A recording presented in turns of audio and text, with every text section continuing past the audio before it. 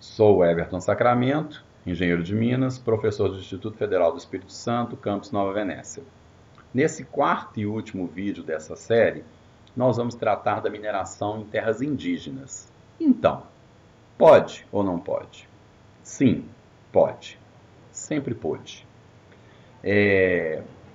Exatamente retomando pelos o que nós já vimos nos outros vídeos.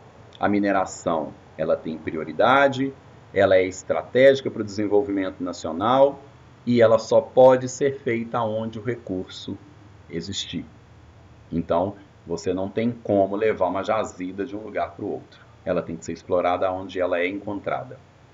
Então, mas como fazer lavra em terras indígenas?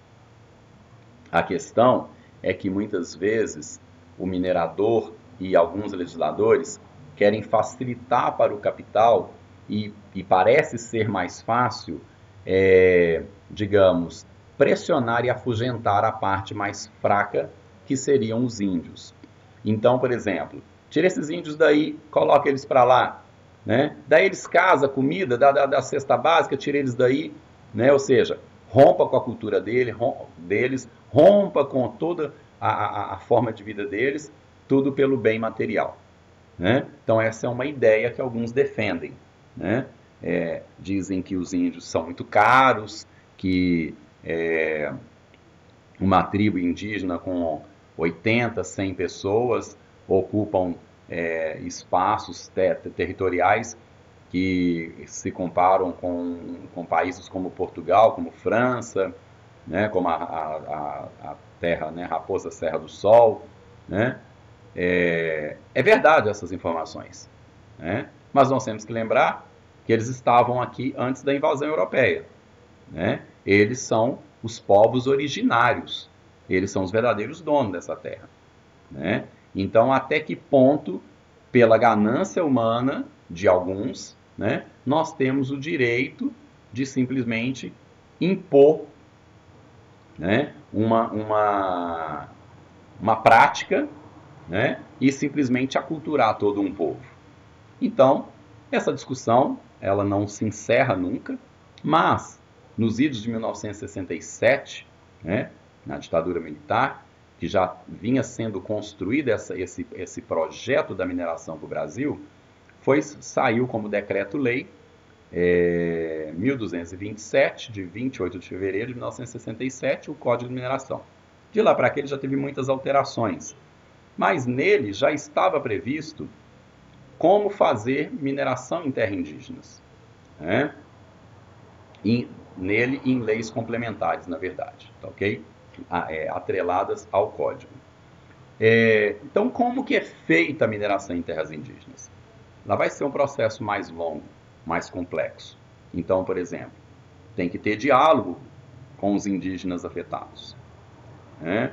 Então, você vai ter que ouvi-los, fazer um projeto pensando, né, como que eles usam aquela parte daquela terra, ver alternativas de como que vai ser feito para o que tem ali que eles precisam, né, como que vai afetar o convívio com as máquinas, com os homens brancos, né, com a população vinda de fora, ou seja, os não indígenas, ok?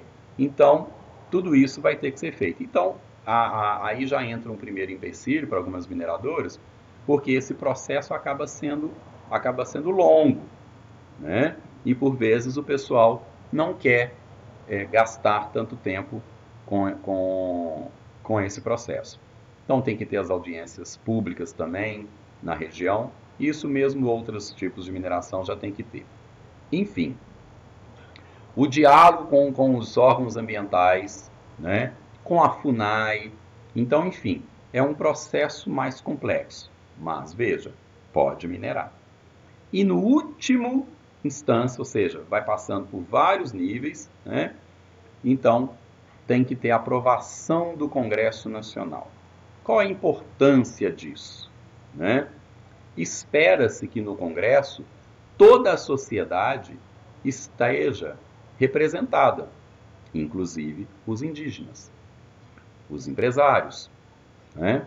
Infelizmente, se há uma distorção né?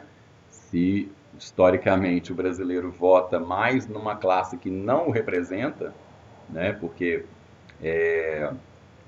dados agora de 2020, né?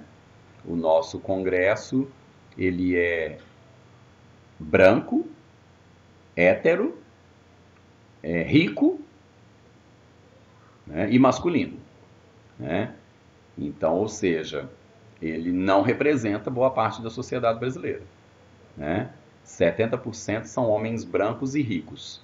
Então, ou seja, nós não temos isso na população. E outra coisa, não quer dizer que os outros 30% são mulheres, não. Tá? A representação de mulheres é na casa de 13% a 15% no muito. Então, vejam, só pensando no corte de gênero, né, a sociedade brasileira tem mais mulheres do que homens. No entanto, quando vamos para a política, isso inverte, né? Tem quase 90% de homens e 10% de mulheres, né? Em torno de 13% e 87%, estou arredondando, né? Então, ou seja, se nós formos pegar população, o corte de cor de pele, ou racial, como alguns falam, né? 90% também do Congresso brasileiro é branco, né? Então, ou seja, e quando você vai no IBGE, a população negra é maior do que a população branca. Então, também não representa.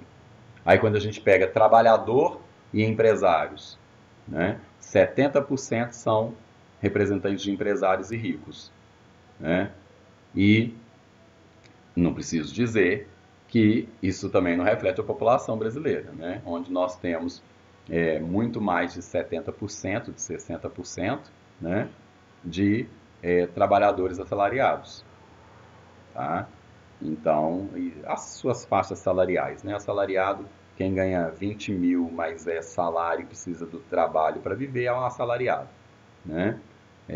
Não só aquele conceito de assalariado de um salário mínimo, não, né? Então, ou seja, pessoas que vivem de salário. Lógico que, por exemplo, são 30% em torno disso que ganham menos de 2 salários mínimos, né? Aí depois você vai pegando os recortes, enfim, você chega a 60%, 70% da população que ganha menos de 3, 4 salários mínimos, né? Então, o Congresso não representa. Mas, enfim, de qualquer forma, por que a mineração na terra indígena é interessante que se passe no Congresso? Porque lá é uma última instância de tentativa, caso os indígenas se sintam prejudicados e não tenham sido convencidos nas etapas anteriores e não aprovem a mineração em suas terras, é no Congresso a última instância que eles têm para tentar uma situação melhor para eles, né? E aí muitas vezes eles não querem participação no lucro em dinheiro, eles querem participação no lucro em retorno ambiental, tá ok? Então, o Congresso é a última instância que eles ainda têm para tentar recorrer. E outra importância disso, que essas situações, quando elas passam por todo esse processo, elas ganham mídia e elas formam a opinião das pessoas. Então, as pessoas, quando começam a se posicionar a favor e contra, isso dá força para ambos os lados. Isso torna o debate democrático, né? O que, de uns tempos para cá, de 2019, 2020 para cá, estão tentando passar, né, é que a mineração em terras indígenas seja como qualquer outra terra.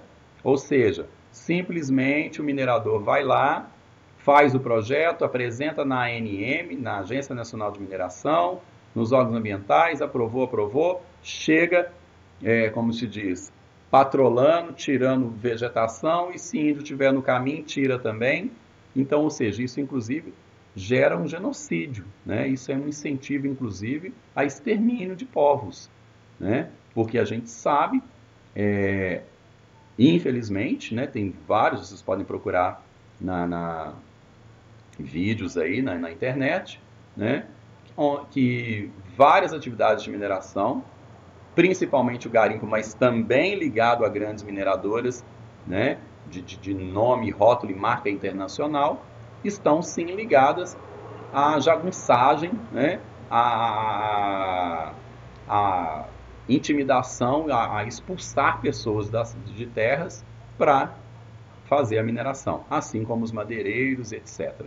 Então, é importante, né, que nós tenhamos esse compromisso, sim com a produção mineral, sim com o meio ambiente, com a preservação do meio ambiente, com a sustentabilidade, com práticas mitigadoras e também de respeito à vida, às culturas, né? Porque nenhuma mineração, né, vale mais do que nenhuma vida.